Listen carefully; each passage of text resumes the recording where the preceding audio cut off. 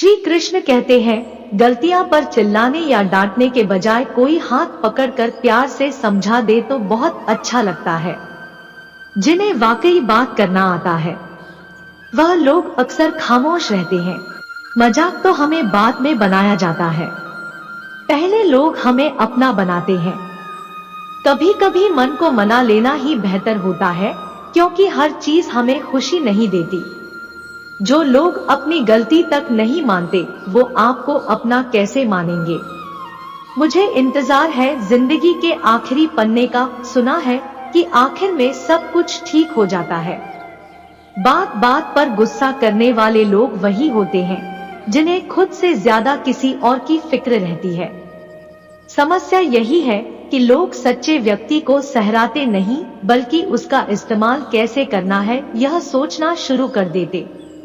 प्रशंसा हृदय से, हस्तक्षेप मस्तिष्क से और प्रतिक्रिया विवेक से व्यक्त करने में ही समझदारी है, अन्यथा मौन रहना बेहतर है।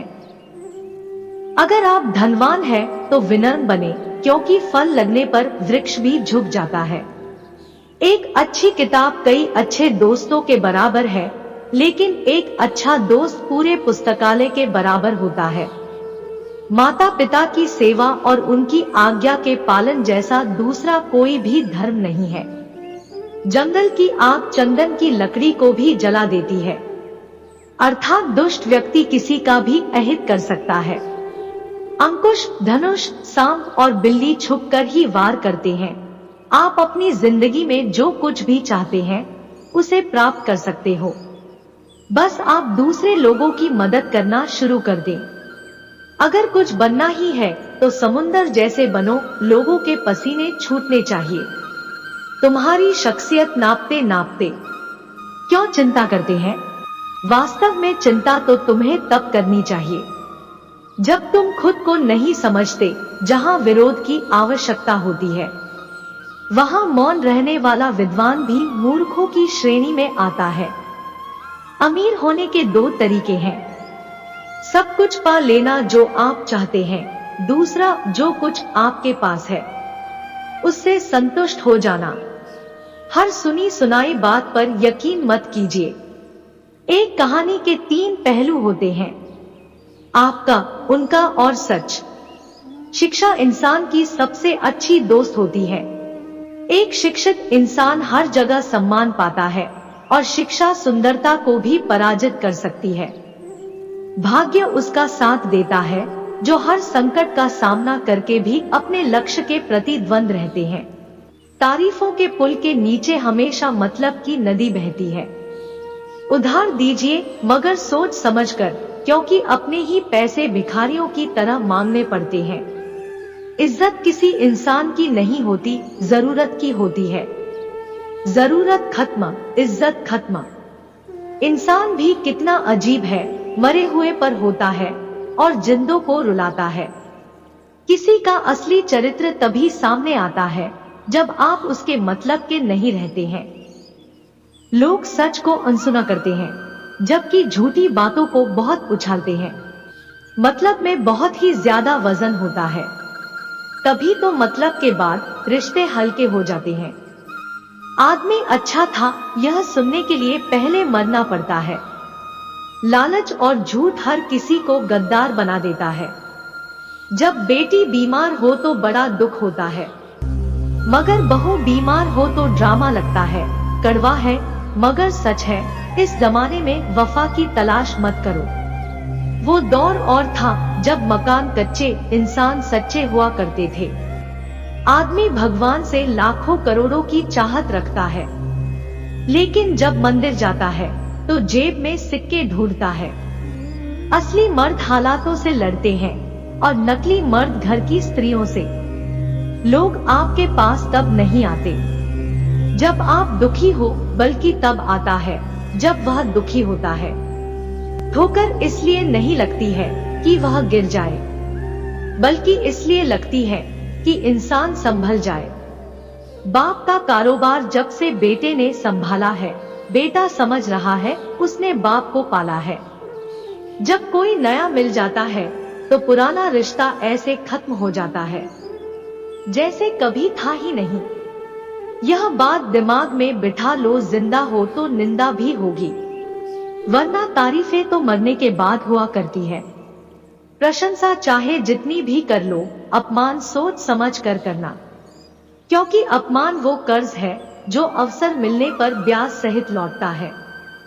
पत्थरों में कमी है कि वो पिघलता नहीं है, मगर एक खूबी भी है कि वह इंसान की तरह बदलता नहीं है।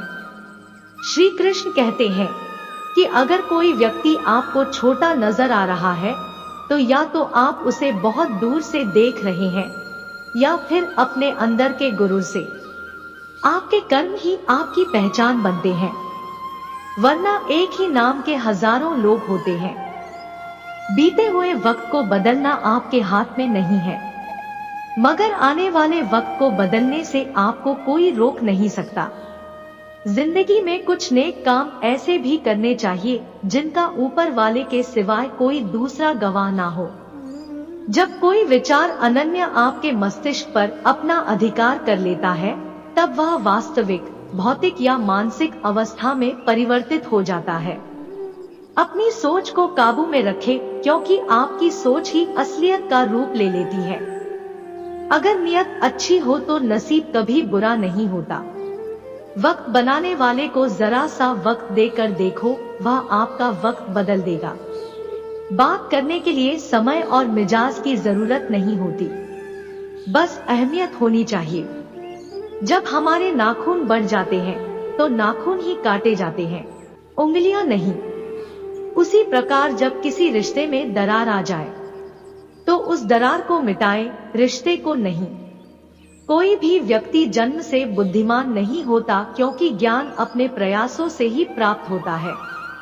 जिस व्यक्ति के अंदर धैर्य नहीं है, उस व्यक्ति का ना तो कोई वर्तमान है और ना कोई भविष्य। जो व्यक्ति हमेशा कहे मेरे पास समय नहीं है, दरअसल वह व्यस्त नहीं है बल्कि अस्त व्यस्त है।